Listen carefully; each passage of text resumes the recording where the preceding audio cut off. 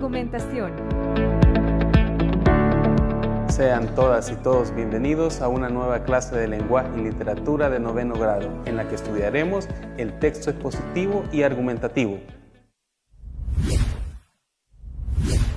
Ahora preguntémonos, ¿qué es exponer? ¿Qué es argumentar? Exponer es explicar una idea que tenemos sobre un tema. Esto es, hacerlo de forma objetiva, a partir de datos específicos que hemos recolectado o que tenemos. ¿Y qué es argumentar? Bueno, argumentar es tratar de convencer a las personas que nuestro punto de vista es válido, y es válido a partir de argumentos. En el texto argumentativo tendremos que los argumentos y la tesis que defendemos será la más importante. ¿Por qué? Porque esta la vamos a sustentar y la vamos a defender. ¿Qué es un texto expositivo? Un texto expositivo es aquel que aborda de manera objetiva un asunto o tema determinado, con la finalidad de dar a conocer o informar una serie de hechos, datos o conceptos específicos. En este sentido, el propósito fundamental de los textos expositivos es transmitir información, es decir, aportar un conjunto de conocimientos claros y directos sobre una amplia lista de contenidos generales o específicos. Los textos expositivos pueden clasificarse en dos grandes categorías.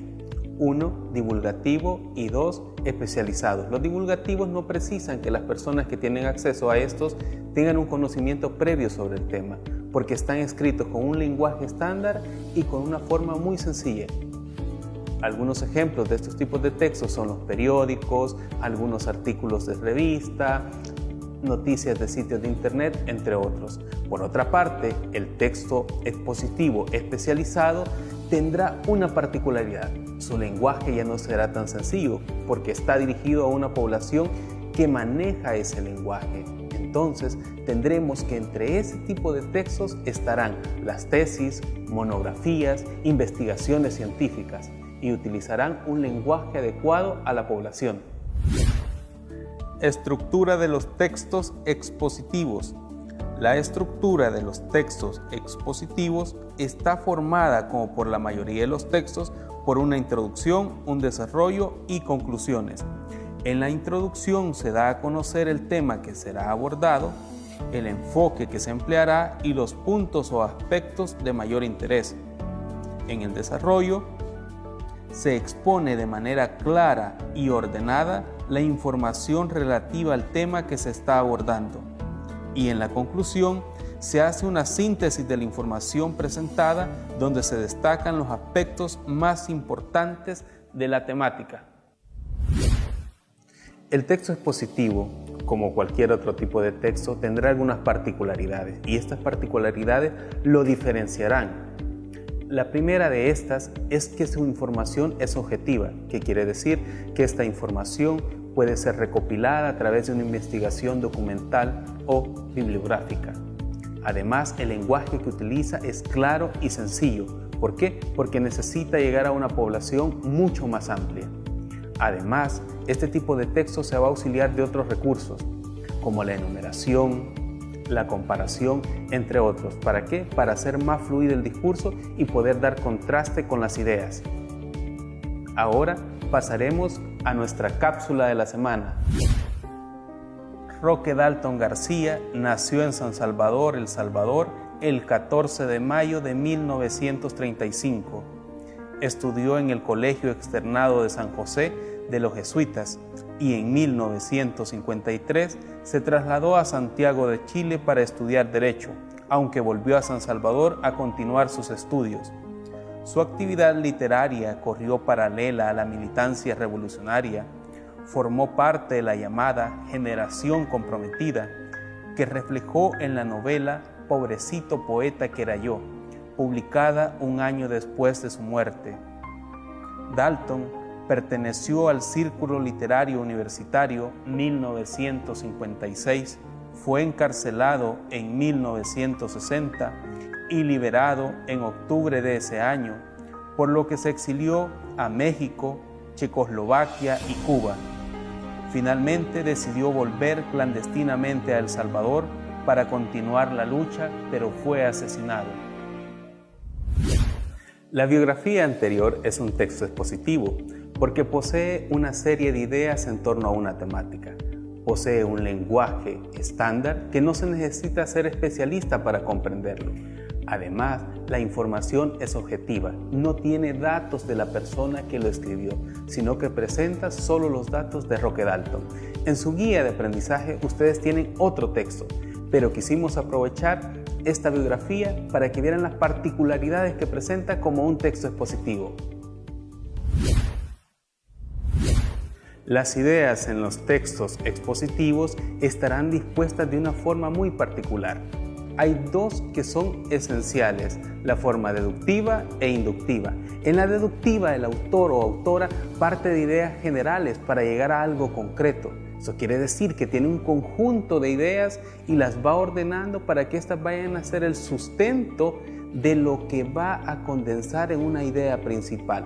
La forma inductiva es que va a partir de la idea principal o de lo esencial que quiere exponer y de ahí va a dar otra serie de ejemplos. Ahora veamos algunos ejemplos de esta forma de ordenar las ideas.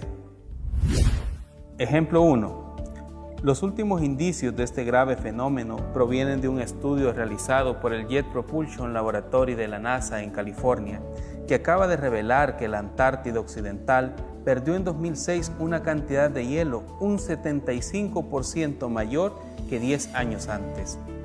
En este caso, la idea principal es deductiva, porque el autor inicia con la información sobre la cita en la que se apoya para plantear la idea.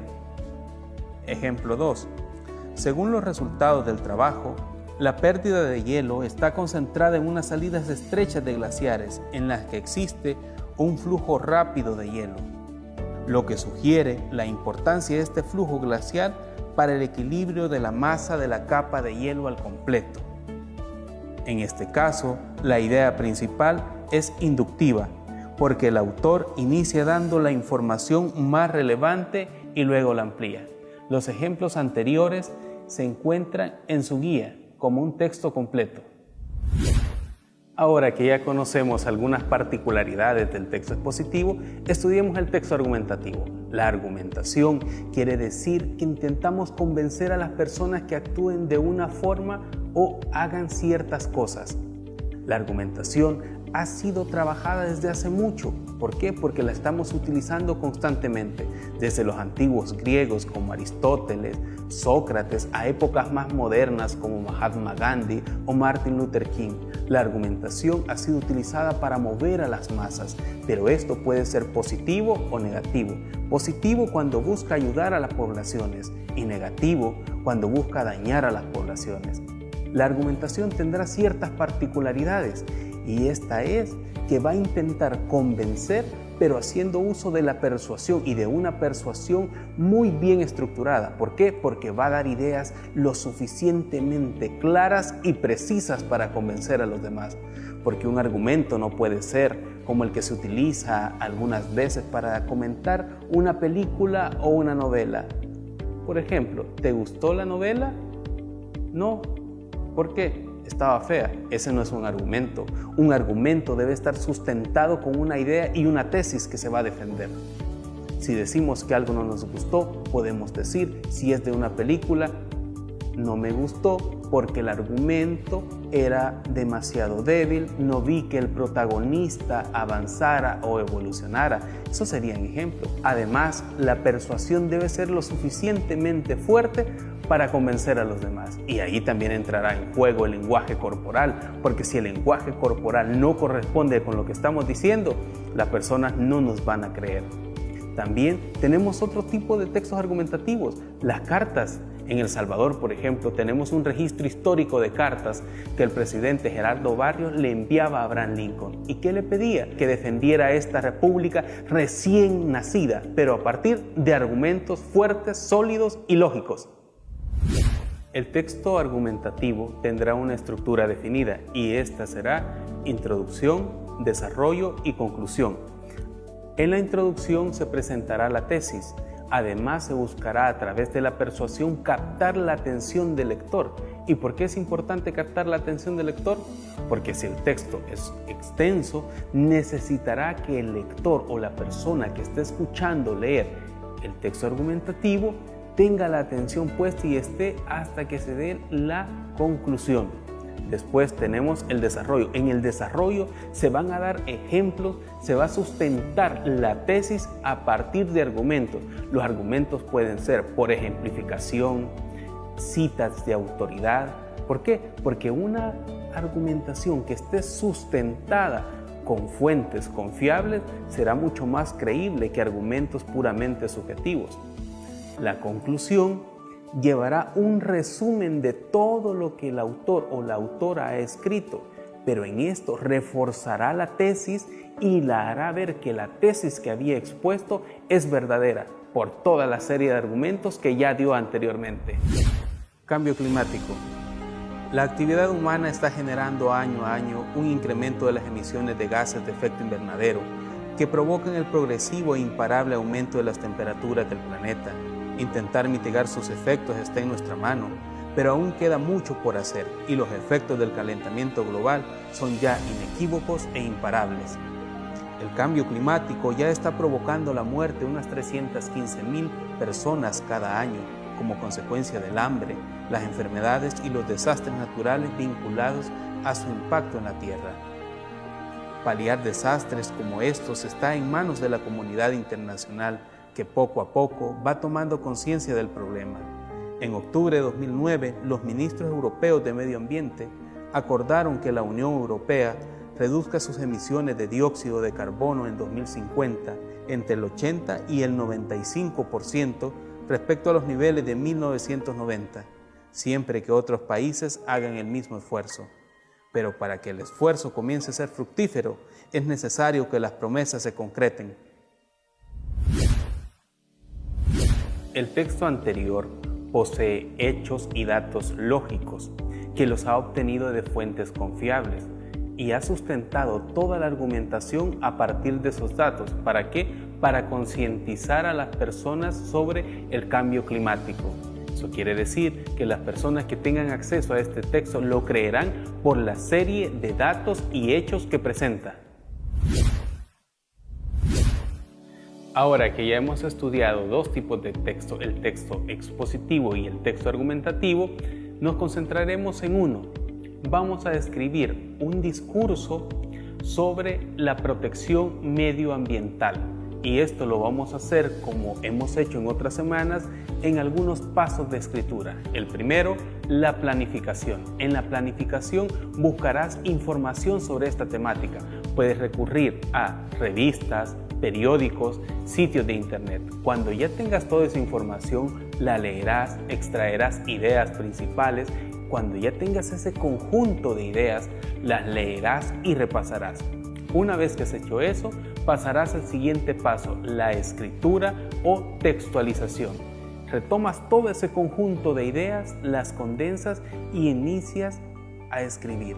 Primero, recuerda, debes captar la atención del lector o de la persona que te va a escuchar. En el desarrollo, sustentar todas las ideas que tengas sobre esta temática y en la conclusión, presentar tu tesis y reforzarla para que ésta sea creíble. Después, el siguiente paso es la revisión. En la revisión harás una lectura de todo el texto que se comprenda, que no tenga errores ortográficos, que todas las palabras estén escritas correctamente. Cuando ya has hecho todo esto, vamos a la publicación. La publicación puedes hacerlo leyéndolo en una red social, puedes compartirlo con tu docente, con ayuda siempre de un familiar. Además puedes compartirlo con tus amigas, con tus amigos, con tus compañeras y con tus compañeros. Y recuerda que te esperamos en la próxima clase de lenguaje y literatura de 9º grado.